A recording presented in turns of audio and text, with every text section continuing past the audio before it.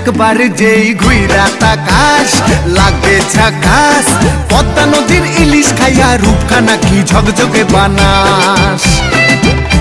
একবার যেই ঘুইরা তাকাস লাগে ঝাকাস, পদ্মা নদীর ইলিশ খাইয়া রূপখানা কি ঝকঝকে বানাস।